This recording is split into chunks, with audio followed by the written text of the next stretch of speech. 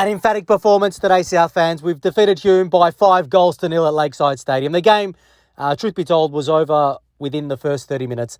I really don't want to pick on, the goalkeeper of Hume. I know my understanding is he is a young, keeper that's broken into the team this year with Michael Weir moving on. But he did make some, critical errors today, which really didn't help Hume. They are, of course, rooted at the bottom of the ladder. It's one of those interesting things because Hume is a team that, does not stand for being in this position, right? Like, it's almost unfathomable that they'll be bottom of the ladder and really struggling, like, after 5 rounds, coming to Lakeside Stadium, you'd think maybe this was their chance to get their season kick-started. I'm sure they were thinking the same way, but they came up against a South Melbourne that's currently in absolutely ruthless form.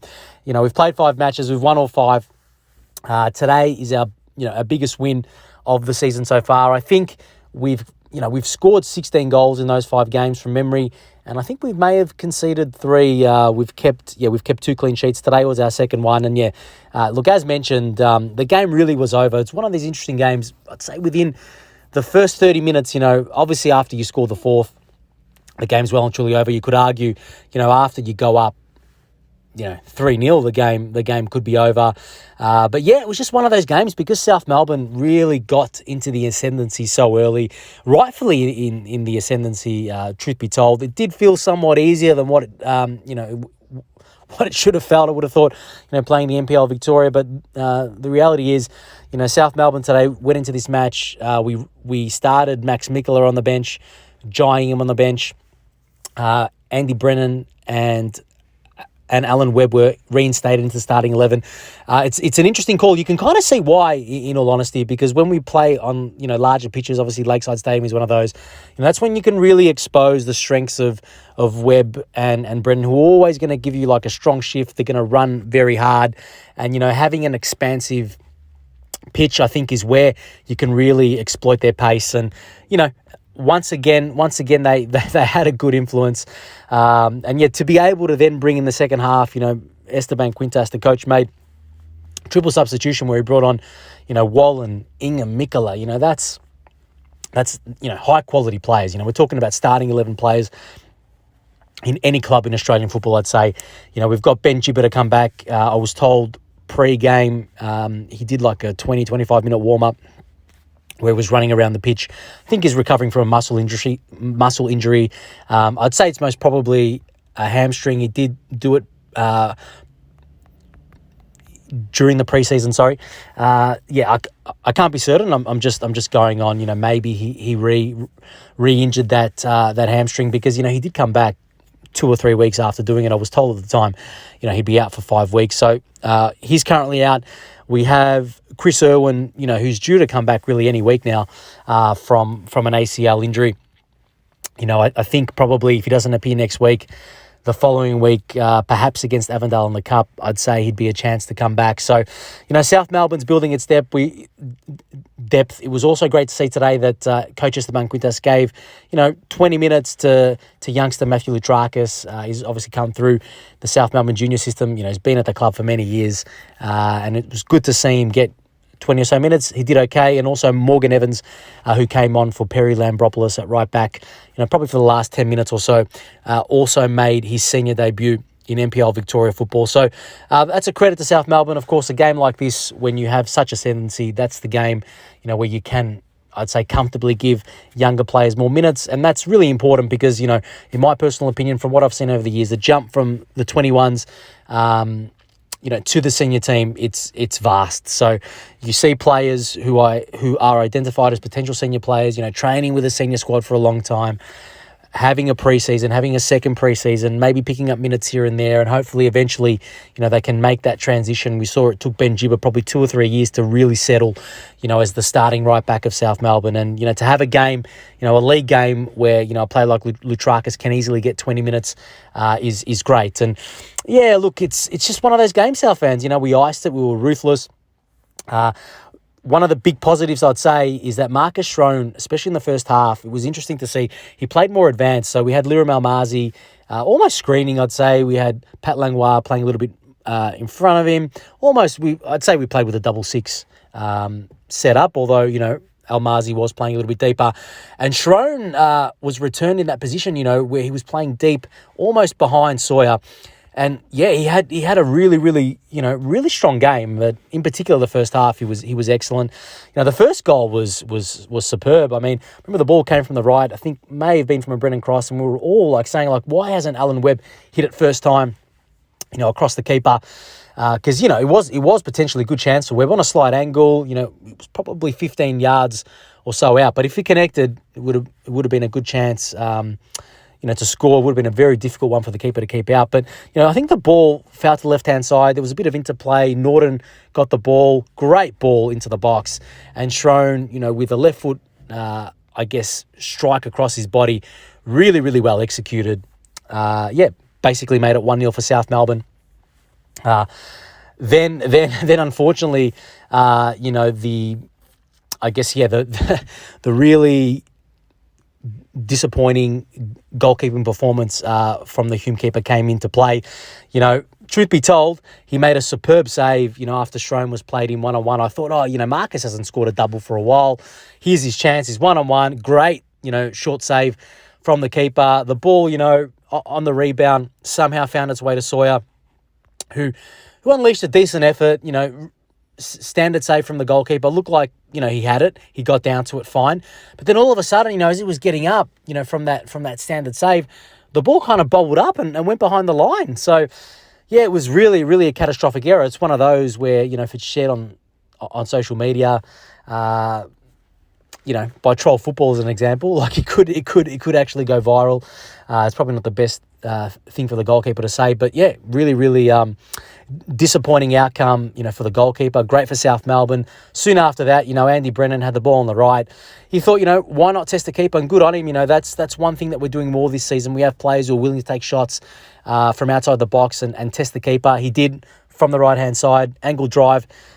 Goalkeeper got low to it. It looked like a sharp save, but ultimately, he saved it right onto Shrone, who was doing what all good attacking players do, following up the ball.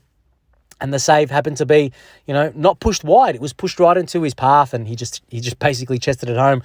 Really regulation sort of finished. It was too simple, to be fair, and that put South Melbourne up 3-0. We then had, Alan Webb. It's great to see players like Webb get on the score sheet. It's his second goal, since moving on from the Melbourne Knights, and it just shows his quality. Today, his goal was from outside the box, probably just outside the box. Lashed a shot through some traffic. Keeper had no chance, just a vicious low drive. Made it 4-0. And truth be told, South Melbourne had other sort of half chances in the half. It could have been more. Hume City, they were playing the ball around, but, I think what South Melbourne has this year is we just have the players where if a team's playing it around and they're not really putting us under huge pressure, because we also do have a remarkably good defence and a good goalkeeper, South Melbourne just going to let you do that. They're going to let you make a mistake, and then we've just got absolute firepower that can really punish you. And, that's what happened in the first half. And obviously it was helped by some goalkeeping errors. But, yeah, a ruthless first half performance. Probably could have been more. Some of those half chances were converted. But then, yeah, we went into the second half, and I remember just saying to a few people around me, look, this is the sort of game. And, majority of people around me agreed. Anywhere in the world, if you're up 4-0 at halftime at home, you've effectively done 90 minutes of work in 45, right? The game is effectively over. There are so many ways you can approach it, but I would say 7 or 8 times out of 10 globally, the team is like, okay, let's just try not to concede. Let's take it a bit easier in the second half. We've got many, many other games to come. Let's minimise our injuries. And South Melbourne kind of took that approach as opposed to trying to go for 6, 7, 8, which doesn't really happen. There are some coaches in the world, maybe Ange Postecoglou, who would be one that would demand that. Maybe Guardiola would be one to demand that. Maybe Klopp. But, these are coaches that have arguably, they've got some of the best players in the world, certainly in their league, in Celtic. So there's not... My point being, it wasn't a surprise to me that South Melbourne in the second half came out. The result was secured. We were a little bit sloppier. Hume had more of the ball. They didn't really have too many chances. They did have one chance, which they should have converted. Qual on the left-hand side was, to be fair, he was giving Perry Lambropoulos, the odd difficult moment, and he was consistently doing that, maybe every 5, 10, 15 minutes he was one-on-one or creating space. In this one instance, I think Perry fell down twice. Quell got into the box. Somehow the ball fell to another Hume player, maybe slightly on the left-hand side, within 6 or 7 yards, and he shot the ball, and I think it hit both posts and ended up in goalkeeper Diaz's hand. So, that was a bit of a let-off. I will say, though, in the second half, we did have a couple of moments where, we broke free, and if we'd given the ball down the right-hand side, I think it was Langlois one time. It may have been Webb on the other time, the player that was free, or it may have been Langlois twice, and we didn't play that ball on the right-hand side. We chose to circulate it to the left-hand side, and the chance wasn't as good from that side. If we played it on the right-hand side, probably would have been through for another, one-on-one, 2 one-on-one opportunities. Nonetheless, as mentioned, we brought on players like Wallen, Inga Mikola, and, shout out to Max Mikola, because when he came on, he really, I think, wanted to make a point. He put in a really good 30-minute shift.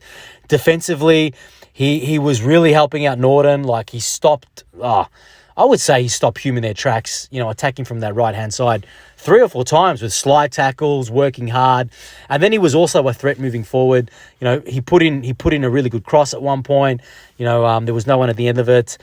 Jai Ingham broke into the box. I thought he was going to score his third goal for South Melbourne, but totally miscued his shot. It was slightly on the left-hand side.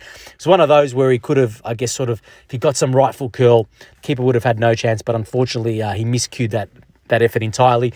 And then, Sawyer, who again put in a great shift, but, Harrison Sawyer, I think, is really loving the fact that he's not the only player that can score for South Melbourne this year. But once again, Mikola played the ball early. The goalkeeper came out. Mikola did excellent to look up, just play the ball from the left early, to try and create that dangerous moment. The keeper read it, came out, didn't clear it properly. Then Sawyer got the ball probably about 30, 35 yards out, maybe just in front of the top of the circle.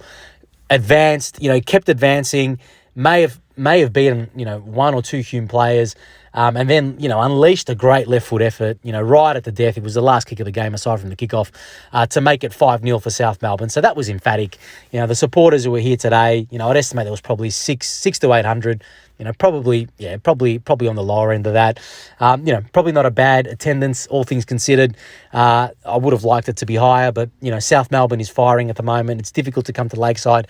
I'm not going to make excuses. When there's a big game, I know there's going to be a big crowd. Next week, it is a big game against Green Gully. Looking at the fixture, though, unfortunately, it is being played in Ballarat, which a few people were a little bit dismayed with, but I'm going to try and get there, make a day trip of it, South fans, if you can, because it's going to be a cracking game. Gully are obviously a strong team.